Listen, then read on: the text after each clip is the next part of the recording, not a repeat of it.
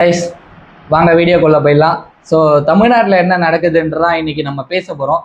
நிறைய விஷயம் போயிட்டு இருக்கு. என்னென்ன இருக்கு, தாவேகா, திமுக, அதிமுக 3 பேருக்கும் இடையில ஒரு நல்ல ஒரு பாண்ட் கிரியேட் ஆகுதுன்றது தான் என்னுடைய கருத்து. ஏன்னு கேட்கிட்டிங்கன்னா, இப்போ ஏடிஎம்கே ரிலீஸ் பண்ண உடனே வேட்பாளர் பட்டியலை உடனே திமுக ரிலீஸ் பண்ணாங்க. அதுக்கு அடுத்து தாவேகா ரிலீஸ் பண்ணுறாங்க.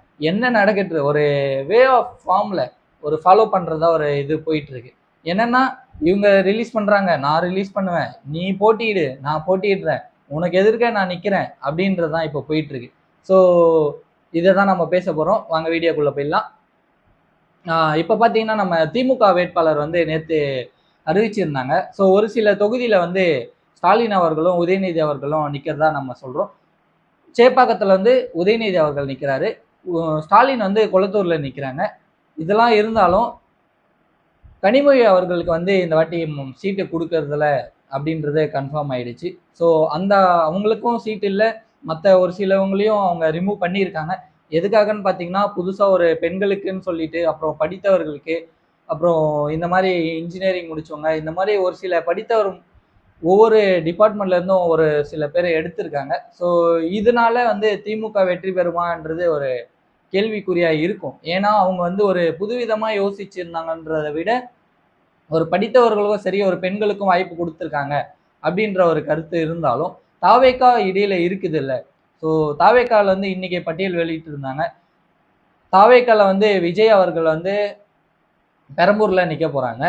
அபிஷியலா இன்னைக்கே வெளியிட்டாங்க. பட் இது இருந்தாலும் அதற்கு வெளியே வந்து ஒரு சில மக்கள் வந்து தாவேகா தொண்டர்கள் வந்து போராட்டம் பண்ணிட்டு இருக்கு. இதெல்லாம் ஒரு தவறான விஷயம். ஏன்னா ஒரு தொண்டர்கள் வந்து போராடுறாங்க, இந்த தாவேகா அவங்க வந்து பட்டியலை வெளியிடுறாங்கன்னா அவங்க அக்செப்ட் பண்ணிக்கிட்டு தான் போகணும். ஸோ அவங்களுக்காக ஆப்போசிட்ல எதிர்த்து இந்த போராடுறதும் எல்லாமே எதுவுமே பண்ணக்கூடாது. பட் இதை திருத்திக்கோங்க. அவங்க ஒரு தலைவர் முடிவு எடுத்தாங்கன்னா அவங்க கட்டுப்படுத்திட்டு தான் போகணும். ஏன்னா அவங்களுக்கு தெரியும் யார் வெற்றி பெற வைப்பாங்க, யார் வெற்றி பெறுவாங்க, யார் நல்லது பண்ணுவாங்கன்றது. ஸோ இது மாதிரி தவறுகள்ல செய்யாதீங்க அவங்க தொண்டர்கள் வந்து. ஏன்னா உங்களுக்கே தெரியும், ஆல்ரெடி நிறைய பிரச்சனை போயிட்டு இருக்கு தாவேகா மீது. பட் இதுவும் மேலும் மேலும் பிரச்சனையா தான் வரும்.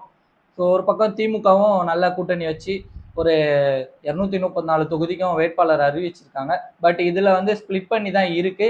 என்னன்னு பார்த்தீங்கன்னா, அதான் நம்ம சொல்லிட்டோம், ஆல்ரெடி ஸ்பிளிட் பண்ணி தான் போட்டிருக்காங்க. பட் மற்ற கட்சிங்க வந்து இன்னும் கூட்டணி வச்சவங்க ஒரு சில பேர் வந்து வெளியிடாம இருக்காங்க. ஏடிஎம்கேலையும் சரி, டிஎம்கேலையும் சரி.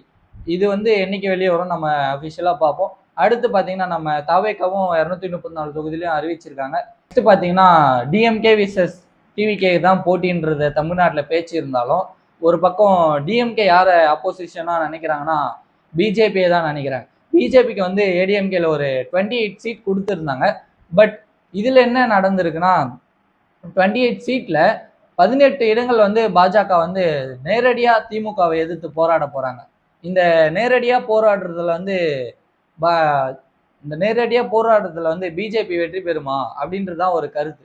ஏன்னா பிஜேபிக்கு அந்த அளவுக்கு தமிழ்நாட்டில் சப்போர்ட் இல்லைன்றது ஒரு என்னுடைய கருத்து. பட் நான் யாரையும் தவறான விஷயத்துல நான் சொல்லலை. ஸோ என்னுடைய கருத்து தான், பிஜேபிக்கு அந்த அளவுக்கு தமிழ்நாட்டில் ஒரு ஓட்டிங் பர்சன்டேஜ் இல்லை. பட் திமுக வந்து அப்படியே இருந்தாலும், பிஜேபிக்கு ஓட்டிங் பர்சன்டேஜ் இருந்தாலுமே திமுக எந்த இடத்துல நிற்கிறாங்கன்னா ஆப்போசிஷன்ல, திருவண்ணாமலை எடுத்துக்கிட்டோம்னா இப்போ ஏவவேலு, ஆவடி எடுத்துக்கணும்னா நாசர் அவர்கள். ஸோ இவங்க 2 பேருமே எந்த அளவுக்கு மக்கள் இடையில தெரிஞ்சவங்களா இருக்காங்கன்றது எல்லாருக்குமே தெரியும். அவங்களுக்கு அப்போசிஷன்ல பிஜேபி வந்து 18 இடங்கள்ல நிக்கிறாங்க. ஸோ இந்த 18 இடங்கள்ல நான் 2 தான் சொல்லியிருக்கேன். பட் இது போலதான் எல்லா இடமும் இருக்கு ஆப்போசிஷன்ல வந்து.